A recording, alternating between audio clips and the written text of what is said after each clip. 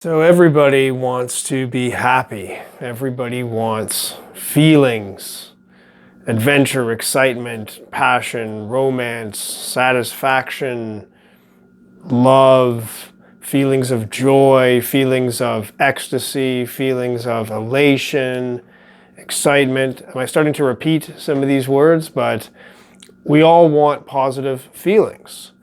I mean, how empty would life be if we didn't have this kind of sense, the chance to have these feelings? I mean, that's where we can really experience being alive in a very visceral, tangible way.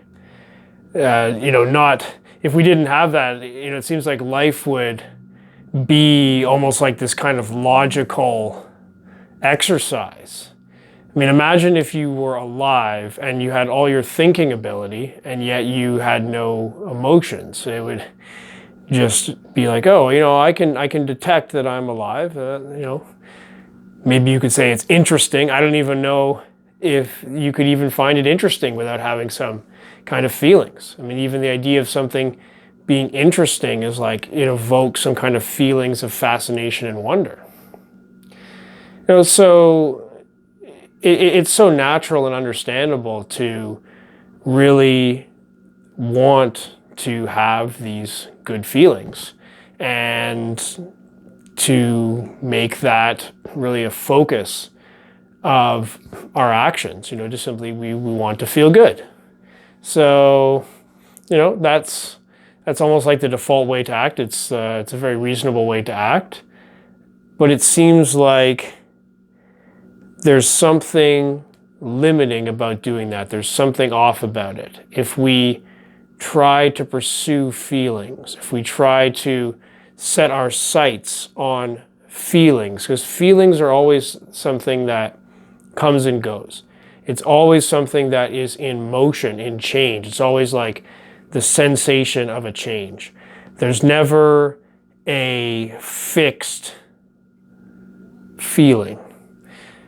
And whatever we feel now, we will feel something different before too long, and other feelings will arrive. So if we select certain feelings and not others, then we're always going to be fighting against that change.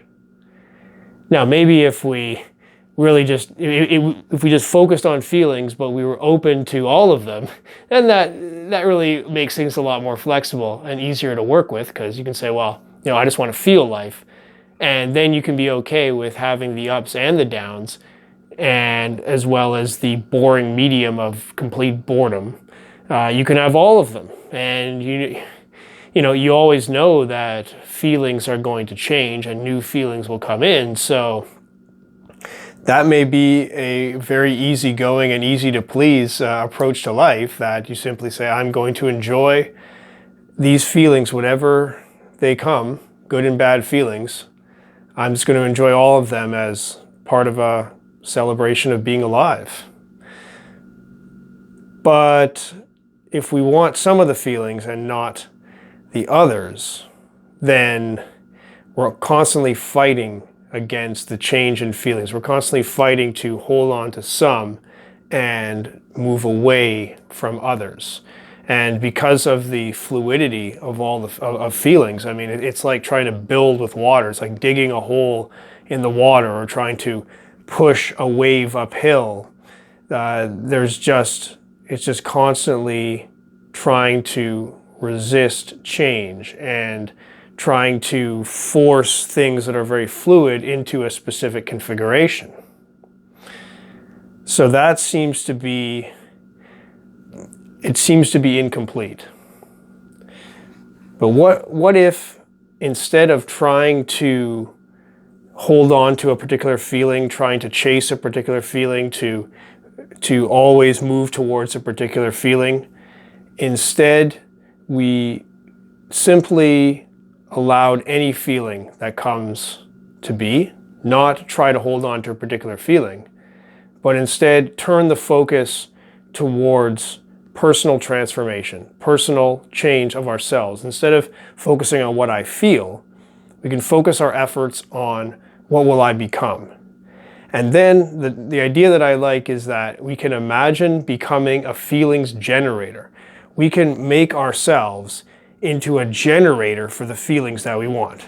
So we still are chasing the good feeling. We still want the good feelings as a goal.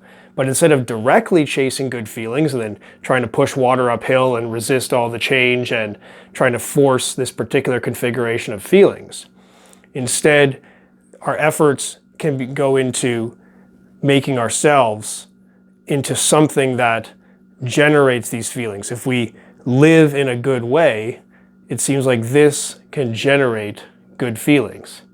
And then we can then enjoy the feelings as a secondary result, rather than a direct result that we directly grab happiness. Instead, we change ourselves into the sort of person who generates happiness. So I'd be curious to hear if this idea, how might this actually be done? How can we become a happiness generator?